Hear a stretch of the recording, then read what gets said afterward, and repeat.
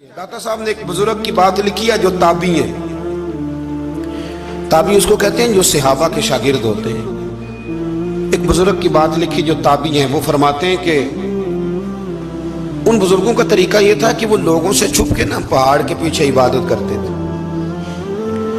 और पोजीशन उनकी ये थी कि किसी से मिलते नहीं थे, बिलखुसूस फजर की नमाज से लेकर असर की नमाज तक बकरियां रखी हुई थी, उनको चराते रहते थे फुरात के किनारे और नफल पढ़ते रहते थे। उस वक्त को मिलने भी नहीं आता था। एक शख्स बड़ी दूर से उनकी शोहरत सुन के आया, मैंने तो मिलना है।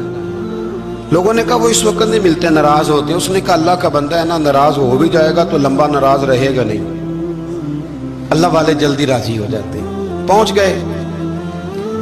अब वो बाबा जी नमाज पढ़ रहे थे तो कहते मैंने अजीब मंजर देखा कि बाबा जी फुरात के किनारे नमाज पढ़ रहे हैं और एक भेड़िया उनकी बकरियों की हिफाजत कर रहा है। कहते मैं हैरान रह गया कि भेड़िया तो बकरियां खाया करता है और यहाँ चरा रहा है। कहते मैं जब गया तो बाबा जी नवाफिल में मशगूल थे, मुझे देख के कहने लगे इस वक्त क्यों आए। मैंने कहा हुजूर अगर आ गया हूं तो फिर मेहरबानी करे कबूल फरमा लें। मैं बैठ गया तो मैंने कहा हुजूर ये भेड़िया बकरियां चरा रहा है, भेड़िया और बकरिया की सुलह कब से हो गई? तो फरमाते हैं लंबी तकरीर नहीं, हल्का सा जुमला। फरमाने लगे जब से बकरियों के मालिक ने रब से सुलह कर ली है ना, तब से भेड़ियों ने भी बकरियों से सुलह कर ली है। बकरियों के मालिक ने रब से सुलह कर ली, गुनाह छोड़ दिए, उसकी फर्माबरदारी में आ गए। अब फिर उसे बकरियां चलाने की जरूरत नहीं रही, बकरियां ना अब भेड़िया चराता है। कहते हैं मेरे ऊपर कपकपी तारी हो गई बुजुर्गों की बात सुन के और मुझे प्यास लगी और ख्वाहिश आई कि पता नहीं अब बाबा जी कुछ खिलाएं पिलाएंगे भी कि नहीं, बाबा जी कुछ खिलाएंगे भी कि नहीं।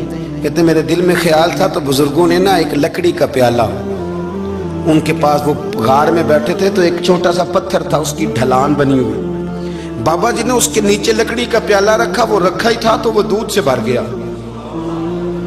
कहते उन्होंने मुझे दिया तो ठंडा और मीठा दूध, मेरी तबीयत खुश हो गई। बाबा जी ने ना दोबारा वही प्याला उसी जगह रखा तो शहद से भर गया। 1000 साल पहले दाता साहब लिख रहे हैं। कहते मुझे दिया, मैंने फौरन कहा, मैंने कहा हुजूर ये दूध तो गाय भैंस देती है, पहाड़ों से तो नहीं निकला करता, और शहद तो शहद की मक्खियां देती हैं, पत्थरों से तो नहीं निकलता, ये आप कहां से निकाल रहे हैं? तो कहते हैं वो कुरान मजीद पढ़ने लगे।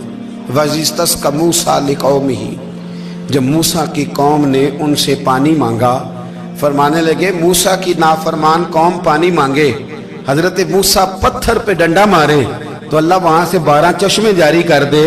जो रब हजरत मूसा की नाफरमान कौम के लिए पत्थर और पहाड़ों से चश्मे निकाल देता है ना, वो मोहम्मद अरबी के गुलामों के लिए पत्थर और पहाड़ों से दूध और शहद भी निकाल दिया करता है। वो बुजुर्ग कहने लगे बस बात यह है कि आज भी हो अगर इब्राहिम का ईमान पैदा तो आग कर सकती है अंदाजे गुलिस्तां पैदा।